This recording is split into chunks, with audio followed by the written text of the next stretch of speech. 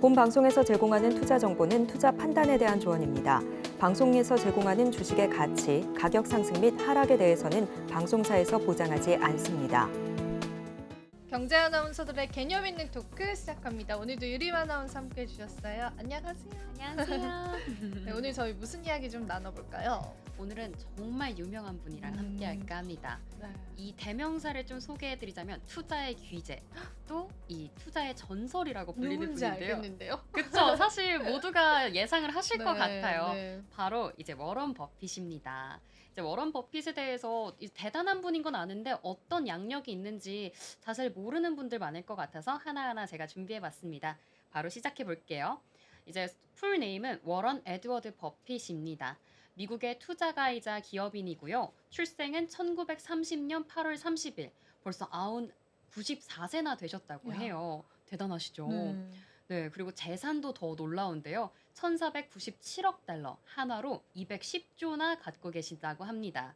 그래서 2024년 11월 기준 세계 부자 7위고요. 별명은 오마하의 현인이라고 합니다. 사실 이 별명이 어떤 별명인가 조금 궁금해서 찾아보니까요. 이제 오마하 출신이라고 합니다. 이 동네는 도시가 아니라 시골 출신인데요. 더 놀라운 점은 이분이 아직까지도 이 오마하에 거주하고 있다고 합니다. 또 버크셔 해서웨이라는 자신의 본사 역시도 오마하에 있다고 합니다. 어떻게 했길래 이런 천문학적인 부를 추측했을까요? 이분은 오마하에서 세 남매 중에 둘째로 태어났습니다. 아기 때 사진 너무 예쁘지 않나요? 이쁜데요? 초록초록하고 뭔가 되게 똘망똘망해 보이는데 이 워런 버핏의 집안은 할아버지 때까지만 해도 이 식료품 가게를 운영하는 겨우 생활을 유지할 정도로 그렇게 풍족한 집안은 아니었다고 합니다. 그러다 버핏의 아버지가 주식 중개인으로 성공을 했고요. 공화당 연방 하원으로 당선이 되면서 조금 집안 살림이 날개를 펼쳤다고 합니다.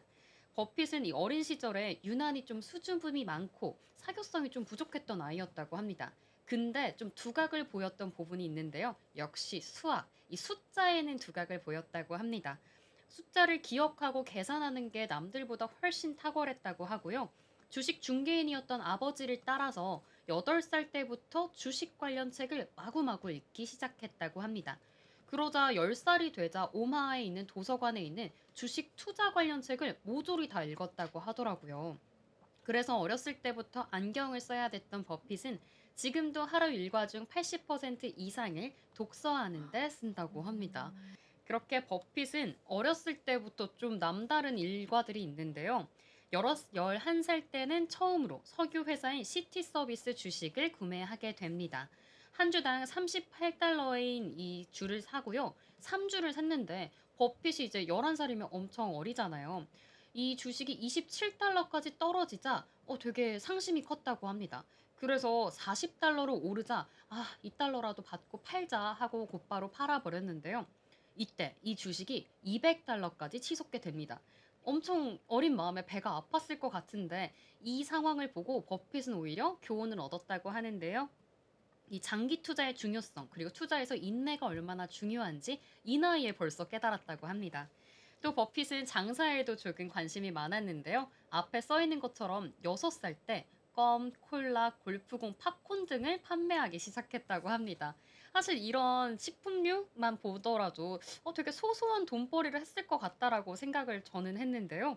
이게 모으고 모아서 15살에는 2,000달러를 모았다고 합니다. 2,000달러를 모아서 이 학생은 농지 4만 9천 평을 구매했다고 합니다. 엄청나게 알뜰살뜰하고 투자도 잘하는 인물인 것 같다. 떡잎부터 달랐다. 이런 생각이 드는 지점이고요. 또 고등학생이 된 17세에는 친구인 돈 델리와 함께 핀볼 게임기 대여 사업을 본격적으로 시작을 했다고 합니다. 그래서 고등학교를 졸업할 당시에는 재산이 6,000달러나 모았다고 합니다. 이때 방금 말한 것처럼 친구 돈 델리가 함께 투자를 했는데요. 워런 버핏을 옆에서 보고 이놈 보통 아니다라는 생각을 했었는지 예전에 25,000달러를 워런 버핏에게 투자했고 지금은 억만장자가 됐다고 합니다. 이 돈 델리란 분은 로또 그 이상의 친구를 만난 거 아닌가 하는 생각이 듭니다. 부럽습니다. 부럽습니다, 정말로. 이후에는 일찌감치 이 투자와 사업에 눈을 뜬 이 워런 버핏은 초등학교 때부터 월반을 해서 또래들보다 일찍 대입 자격을 가졌다고 합니다. 아무래도 천재성이 좀 눈에 띄는 대목인 것 같고요. 근데 그는 사실 대학을 가고 싶지 않아 했다고 합니다. 그럼에도 불구하고 아버지가 계속해서 설득한 끝에 대학을 가게 됩니다. 대학에 안 가려고 했던 이유는 대학 가서 배울 게 없다, 이런 생각을 단순하게 했었던 것 같은데요. 그렇게 펜실베니아 대학원 와튼 스쿨에 입학을 했고요. 경제학부에서 이제 공부를 하고 네브래스카라는 대학을 조기 졸업한 뒤에 버핏은 하버드 경영대학원에 이제 지원을 합니다. 근데 이렇게 약간 승승장구할 것 같지 않나요? 네, 네. 당연히 붙었을 것 같지 않나요? 네, 근데 떨어졌나요? 여기서 떨어졌습니다. 어머. 그래서 좀 어리잖아요. 그래서 네. 이 낙방에 엄청난 상심을 안고 좀 속상해 하다가 다른 대학원을 찾게 됩니다. 그 대학이 바로 컬럼비아 대학인데요. 여기서 버핏이 좀 인생의 스승을 만나게 됩니다. 바로 이 그레이엄 교수라고 하는데요. 인생의 스승이라고 했던 점은 워런 버핏이 어린 시절부터 재밌게 읽었던 책, 바로 증권 분석과 현명한 투자자의 저자이기 때문입니다. 줄곧 그의 책을 막 두 번, 세 번 넘게 계속해서 읽었는데 콜롬비아 대학원에 당당히 입학하고 그토록 만나고 싶던 스승을 만나서 정말 행복했다고 합니다. 또 그는 그레이엄이 쓴 책을 아무래도 많이 읽었으니까 달달 외울 정도였는데요. 이 교수님의 수업에서 질문을 하면 가장 먼저 손을 들고 대답하는가 하면 이분이 점수를 짜게 주기로 좀 유명한데 당당하게 또 올 에이프를 맞는 그런 특이한 성적도 보유하고 있다고 합니다. 그렇게 스승 그레이엄을 통해서 좀 길고 멀게 보는 투자를 배우고 좋은 기업을 오랫동안 유지하는 이 장기 투자 그리고 가치 투자에 대해서 배우게 됐다고 합니다. 그렇게 1951년에 그 버핏은 대학원을 졸업하게 되는데요. 스승 그레이엄에게 그의 회사에서 나 무보수로라도 일을 하게 해달라, 이런 조언을 했는데 이때 그레이엄의 회사는 유대인이 아니면 이제 입사를 못하는 조항이 있었다고 해요. 그래서 일찌감치 포기하고 워런 버핏은 다시 자신의 고향인 오마하로 떠나게 됩니다. 오마하로 떠나서는 아버지를 따라 주식 중개업을 이어서 했다고 합니다. 스승만큼 중요한 게 우리 인생에서 결혼 아니겠습니까?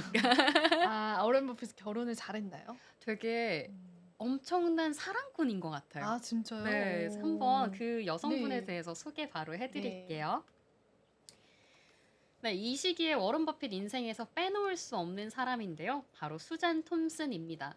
사실 이런 주식하시는 분들, 일반 주식하시는 분들처럼일진 모르겠지만 워런 버핏은 이 당시에 요즘 말로 하면 약간 너드남? 너드미가 있었다고 해요. 뭐 이제 공부나 이런 거에는 관심이 있지만 옷차림이나 뭐 여자 이런 거엔 관심이 없었는데 이 수잔이 워런 버핏의 눈길을 사로잡게 됩니다. 그래서 엄청난 구애 끝에 그녀와 1952년 4월에 결혼을 하게 되고요. 이때 일남 이녀 3남매를 낳고 되게 행복한 가정 생활을 꾸리게 됩니다. 결혼 생활 내내 버핏은 수잔에게 정신적 정서적으로 조금 안정감을 취하게 되고요. 그렇기 때문에 오히려 더 투자에 더 안정적으로 집중할 수 있었던 시기였나 싶어요. 그러다 1977년에 아이들이 어느 정도 자라고 나서 버핏도 투자계의 거목으로 자리 잡도록 이제 노력을 하고 수잔도 어리신 시절 갖고 있던 음악의 꿈을 펼치러 샌프란으로 떠나게 됩니다. 그러면서 이 둘은 별거를 좀 시작하게 되는데요. 이때 워런 버핏 제가 조금 놀랐던 게 날마다 수잔에게 전화를 걸어서 울먹거리고 보고 네. 싶다고. 나중에 인터뷰에서는 이때 수잔을 떠나보낸 게 내 인생 최대의 실수다. 이야, 엄청난 사랑꾼 아닐까요? 진짜요. 어머, 완전 너드남이네요. 그쵸? 내 여자만 바라보는 이런 음. 순애보적인 모먼트가 있는 것 그래서 장기 같은데요. 투자도 잘하시나 봐요. 그런가 가지 봐요. 종목만 계속 알아보는. 어찌 보면 결혼도 음. 장기 투자인데 그러니까요. 여기서 살짝 네. 놀라울 수 있는 점도 음. 있습니다. 계속해서 지켜보면 이 수잔은 2004년에 72세의 나이로 구강암을 진단받고 세상을 떠나게 됩니다. 그럼 이제 수잔을 뒤로 하고 다른 여성분이 없었을 것 같은데 사실 또 재혼을 하게 됩니다. 근데 이 재혼에 있어서 조금 놀라운 점이 수잔과 셋이 친구였다고 해요. 진짜요? 2006년에 재혼을 하게 되는데 사실 수잔이 샌프란시스코로 떠나게 되면서 이 워런 버핏을 이 여성분에게 좀 부탁을 했다고 해요. 사실 워런 버핏이 계속 너드남이라고 얘기를 한 것처럼 일과 이런 수학 같은 거에는 엄청난 천재지만 여느 남성분과 비슷할까라고 생각할까요? 이런 집안일이라던가 이 섬세한 일들에는 조금 부족했다고 합니다. 이제 부인분이 그걸 너무 잘 아는 만큼 이 여자가 필요하다라고 생각해서 맹크스에게 요청을 했고 이제 샌프란을 떠난 이후부터 셋이 친구로 지내고 동거를 했다고 합니다. 그 이후에는 그 부탁에 따라서 수잔이 떠난 후에 재혼을 하고 아직까지도 행복하게 지내고 있다고 합니다. 이제 다시 이제 러브 스토리를 좀 빠져나와서 워런 버핏의 일로 들어오자면요. 1954년 7월에 아까 말씀드렸던 교수 그레이엄과 일을 함께 시작을 합니다. 이제 신혼생활을 즐기고 있을 때였는데 그레이엄에게 연락이 오는데요. 버핏은 그 연락을 받자마자 연봉이든 다른 조건 하나도 따지지 않고 바로 콜을 외쳤다고 합니다. 그렇게 아들이 태어나자 또 아들 이름도 너무 그레이엄을 좋아한 나머지 하워드 그레이엄 버핏이라고 지을 정도라고 맹신을 했다고 하는데요. 그렇게 그레이엄과 일을 하면서 식견을 더 넓히고 버핏의 능력이 점점 빛을 발하게 됩니다. 그러고 1956년에는 스승님이 은퇴를 선언하면서 자신의 회사를 워런 버핏에게 넘기겠다라고 하는데요. 이번에는 버핏이 먼저 거절을 하게 됩니다. 그렇게 스승으로부터 독립을 하게 되는데요. 이 길로 버핏은 26살에 버핏 투자조합을 설립하게 됩니다. 26이란 되게 어린 나이에 이제 투자조합을 독립을 하게 된 건데요. 이 조합의 조금 성과를 살펴보자면요. 1956년부터 69년 투자조합을 해산하기 전까지 연평균 29.5%, 누적 2,794.9%의 수익률을 보였다고 합니다. 정말 어마어마한 기록 아닌가요? 야, 장난 아니네요. 저런 천 단위의 수익률은 근데 그게 또 시대가 만들어준 것도 있는 것 같아요. 그쵸, 네. 맞아요. 또 시대를 잘 읽고 그 흐름에 탔을 것도 같고요. 이 수치는 13년 만에 원금이 29배 늘어난 셈이라고 합니다. 그러고 나서 1965년에는 당직 회사인 버크셔종 해서웨이 경영권을 인수하게 됩니다. 이제는 개인 투자, 직접 투자가 아니라 법인을 통해서 하는 투자를 하겠다라고 조금 노선을 바꾼 건데요. 이후 버핏은 성공적인 투자를 많이 하면서 기업들을 통째로 인수해 나가기 시작합니다. 그렇게 계열사만 400개가 넘고 산하 직원만 40만 명에 달할 정도로 거대한 제국을 만들게 되는데요. 제가 이렇게 사진을 갖고 왔는데 워런 버핏의 주식 포트폴리오입니다. 이 버크셔 해서웨이가 투자한 기업들로는 저희가 이름 대면 다 알만한 기업들이 쟁쟁해요. 뭐 코카콜라, 애플, 골드만삭스 등등 세계적으로 유명한 기업들이 포진해 있는데요. 그리고 그들의 수익률도 엄청난다고 합니다. 1965년부터 미국 S&P 주가 지수가 약 15,000% 상승하는 동안 버크셔는 200, 240만 % 상승했다고 합니다. 어마무시한 상승을 기록했는데요. 지금 현재도 알다시피 노익장으로서 어마무시한 이 승승장구를 기록해 나간다고 하는데요. 이때 조금 인상적인 말, 좀 유명한 말인 것 같아요. 두 가지 가져왔습니다. 워런 버핏의 투자 원칙인데 첫째는 돈을 벌기 위한 첫 번째 원칙은 절대 돈을 잃어서는 안 된다고요. 두 번째 원칙은 이 첫 번째 원칙을 절대 잊어서는 안 된다입니다. 근데 저는 이 말을 듣고 모두가 알 것 같은데 실현하기 어려운 거 맞아요. 아닌가? 어떻게 모르시지 생각하세요? 않을 것 같아요. 요즘 투자자분들께서는. 그쵸. 네. 근데 아마 저 때는 이제 위험하게 투자하지 말라 이런 음. 맥락이었을까요? 근데 이게 사실 말이 쉽죠. 맞아요. 그냥 뭔가 그런 거지 않을까요? 일희일비하지 말아라. 뭔가 내 투자 원칙이 있으면 그거를 좀, 왜냐면 일단 첫 번째 말은 누구나 할 수 있지만 두 번째 말은 절대 잊지 말아야 된다, 원칙. 그러니까 원칙적인 투자를 하자. 내 원칙과 벗어나는 그런 투자를 하지 말아라. 이런 의미도 좀 있지 않을까 싶은데 이게 언제 하셨던 말이래요? 저도 시기적으로는 모르겠는데 아무래도 초반이었던 것 같아요. 최근보다는 네. 좀 유명한 명언이다 보니 그렇게 돼 있고요. 또 이제 다음으로는 좀 예상 외였던 부분들이 사실 이렇게 어마무시한 부를 축적한 분들은 사치를 하기 마련이잖아요. 그쵸. 근데 사치랑은 정말 거리가 먼 분인 것 같습니다. 지금 사진에 띄워져 있는 집이 오마하에서 60년 이상 살고 있는 집이라고 하는데요. 정말 고향에 대한 애착도 엄청난 것 같습니다. 엄청난 장기 투자의 대가가 아닌가 싶은데 이 집도 당시에 1958년 당시 3,800만 원 주고 구입한 좀 미국 안에서는 평범한 2층 주택이었다고 합니다. 이 전해지는 말에 따르면 이 3남매, 아들이나 딸 역시 자신의 아빠가 그렇게까지 부자라고는 생각을 안 했다고 해요. 가능할까 싶기는 한데 이후에 여전히 버런 버핏은 이 맥도날드나 코카콜라를 즐기고 아침에는 맥모닝 세트를 먹는 이런 검소한 모습들도 보여주고요. 또 놀라웠던 점은 자동차로 꼽을 수 있습니다. 뭐 운전기사는 당연히 없고요. 2006년에 캐딜락 DTS를 구매해서 오랫동안 타고 다니다가 2014년이 돼서야 2014년 캐딜락 XTS를 구매했다고 합니다.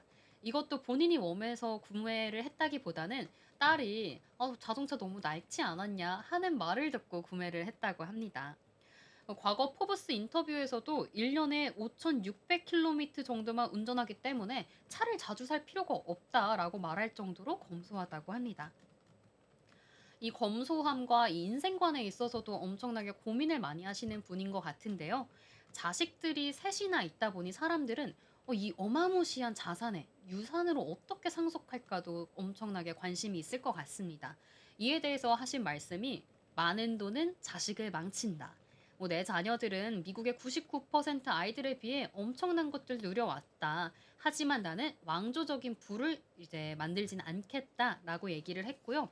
세 자녀에게는 300만 달러만 넘기고 나머지 90% 이상은 사회에 환원하겠다라고 이야기를 했고요. 빌 게이츠와 함께 사진에 보이시는 더 기빙 플래지라는 단체도 만들었다고 합니다. 아무래도 자기 재산의 절반 이상을 기부하기로 약속한 사람들의 모임인데요. 가장 최근 기사, 이 기사 많이들 보셨을 것 같아요. 유언장에 관련된 기사인데요. 유언장과 기부에 대해서 워런 버핏 회장이 하나로 약 1조 6천억 원에 달하는 자사주를 사별한 아내의 이름으로 이제 수전 톰슨 버핏 재단과 세 자녀가 운영하는 재단 세 곳에 각각 기부를 했다고 합니다. 또 유언장에 대해서도 자녀들과 계속 좀 합의를 해가는 모습을 보였는데요.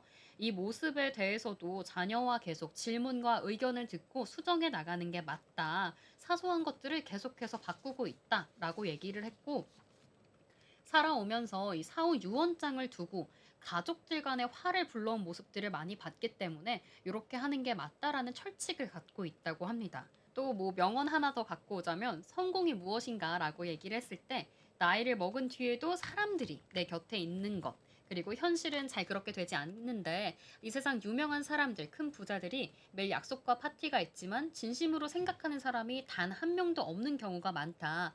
평범하더라도 주위로부터 사랑받는 인생이 바로 성공이라고 생각한다. 이런 말을 봤더라도 돈보다도 사람 그리고 사람과의 관계 이런 것들을 중시하는 워런 버핏의 좀 인생관을 볼 수 있었던 것 같습니다. 여기까지 좀 생애를 살펴보고요. 이후에는 좀 기사도 몇 개 갖고 왔는데 바로 기사 한번 볼까요? 시간 좋아요. 관계상. 네. 네. 첫 번째는 최근 기사입니다. 22년 만에 여기에 투자했다고 합니다. 근데 이게 지금 뉴욕 시장의 행보와는 좀 반대 행보라고 하는데 많이들 예상하셨을 것 같습니다. 이 기사를 많이 봤기 때문에 워런 버핏이 채권 투자에 나섰다고 합니다. 사실 22년 만에 채권 투자에 나섰다는 게 엄청난 행보의 변화라고 볼 수 있는데요. 그간 쌓아둔 이 현금성 자산 대부분을 유동성이 높은 단기 채권, 미국 재정증권에 집중 투자를 하고 있다고 합니다. 9월 기준으로 채권 투자액은 3,040억 달러, 우리 돈으로 420조 원을 돌파하고 있다고 하는데요.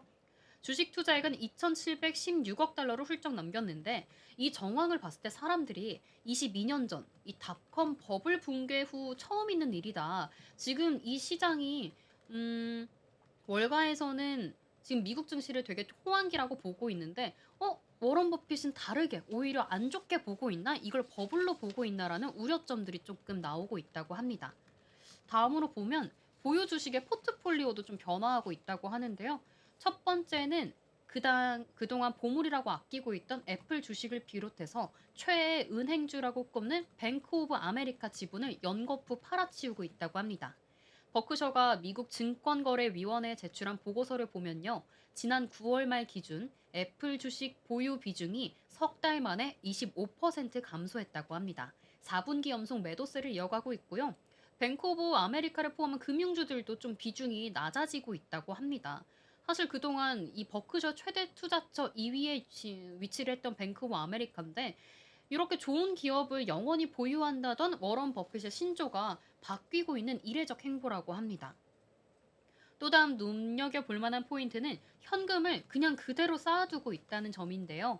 말 그대로 산더미 같은 현금을 확보하고 있습니다. 1년 전보다 2배나 늘어나서 3,252억 달러, 우리 돈으로 450조 원이 넘고요. 전체 자산의 30%가 넘는 수치라고 합니다.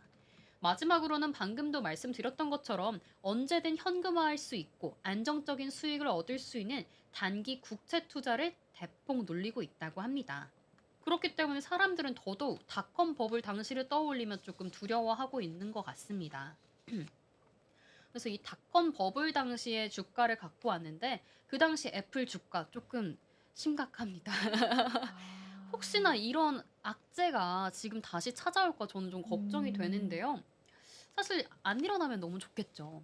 근데 이게 저도 사실 이 기사 많이 봤거든요. 그쵸, 네. 최근에 현금 보유를 늘리고 네. 배당주 쪽으로 좀 네. 매수하시는. 근데 뭐 어떻게 가능하다고 생각을 하세요? 저는 아예 불가능하다고는 생각하진 않는데 뭔가 과열된 느낌들이 뭐 국내 증시는 안 그렇지만 과열된 네. 느낌들이 좀 있지 않나 싶어서. 저도 지금 생각을 해보면 과열된 것도 없지 않아 있고 사실 지금 테마들을 보면 계속 들쭉날쭉하잖아요. 맞아요. 그 말 한마디에 일론 머스크라던가 트럼프 말 한마디에 왔다 갔다 하는 거에 조금 지쳐서 조금 더 안정적인 곳에 현금을 두는 게 아닌가 하는 생각도 들고 또 약간 이건 정말 개인적인 생각이지만요. 이제 노년기에 다 달았으니 좀 공격적인 투자보다는 조금 안심할 수 있는 현금으로 확보해 놓는 게 좋지 않나 이런 생각도 하지 않았을까. 맞아요. 아, 그렇네요. 근데 네. 그게 좀 더 현실성이 있는 것 같아요. 네, 개인적으로 그렇게 이제 생각을 거의 해봤어요. 100세가 다 돼갔으니까, 그쵸? 그런 부분에서는 충분히 그럴 수 있을 것 같아요. 맞아요. 지금 닷컴버블 많이 들어보셨겠지만 그래도 다시 한번 상기시켜 드리자면요. 1990년대 중반에 인터넷과 통신 기술이 급속한 발전을 이루면서 열풍이 불었습니다. 지금 애플 주가처럼 고공행진을 한때 이어갔었는데요. 이 닷컴 기업들은 주식시장에서 대규모 자금을 유치하며 이렇게 빠르게 성장을 했고 나스닥 지수는 1995년부터 2000년대까지 400% 이상이나 폭등을 했다고 합니다. 근데 이 열풍은 인터넷 산업에 대한 과도한 기대 그리고 실질적인 기반 부족으로 급락으로 이어졌다고 하는데요. 이러한 닷컴 기업들은 실질적인 수익 모델이 없이 투자금에 의존해서 성장했기 때문이라고 꼽히고 있습니다. 이는 과도한 주가 상승과 시장 과열을 초래했고요. 결국 투자 열기가 식으면서 거품이 꺼졌다 이렇게 바라보고 있습니다. 이때 당시 워런 버핏의 인터뷰가 있어서 또 찾아봤습니다. 기술주 투자를 그때 워런 버핏은 역시 거부를 하며 안정적인 종목에 집중하는 이 보수적인 투자를 늘려왔다고 합니다. 그의 원칙은 버블 붕괴 이후에도 그 타당성을 아무래도 입증을 했던 것 같고요. 버핏은 단기적인 유행보다는 본질적인 가치를 좀 더 중시를 하며 기술주 대신에 안정적인 다우존스 종목에 투자를 했다고 합니다. 이는 버블 붕괴의 피해를 좀 효과적으로 회피한 사례로 지금 꼽히고 있는데 버블 붕괴 후 투자자들은 버핏의 원칙에 조금 더 주목을 하고 있으며 그의 장기적 관점이 안정적인 수익을 내는 팁이 되지 않을까라고 꼽는다고 하는데요. 이 지점 다시 읽어보니까 또 현재랑도 맞물리는 지점들이 있는 것 같아요. 그러니까 원래 성향 자체가 그런 네. 투자를 안 하시는 것 같네요. 그죠? 그렇죠. 좀 더 멀리 보고 위험한 것보다는 좀 더 안정적인 거, 우량주들 위주로 많이 보시는 것 같기도 하고요. 근데 그게 이제 이게 적중률이 있다라는 게 대단한 거죠, 사실은. 아, 그죠? 그쵸. 이 흐름을 잇는 게 네, 맞아요. 이 시대의 아이콘이 될 수 맞아요. 있는 게 아닌가 싶은 지점인 것 같아요. 맞아요. 네. 그러니까 여러 가지로 굉장히 모범적인. 네. 근데 이제 모든 작은 면 하나를 보면 그 사람의 인생을 또 볼 수 있는 것 같아요. 작은 면이라고 하기보다는 일관성이 있으신 거죠. 투자도 아. 인생도 네. 사람을 대하는 것도 그런 부분에서 되게 좋은 그 본보기가 됐던 아. 분이신 것 같습니다. 저희는 내일 만나보겠습니다. 인사할까요? 네, 시청해주신 여러분 고맙습니다.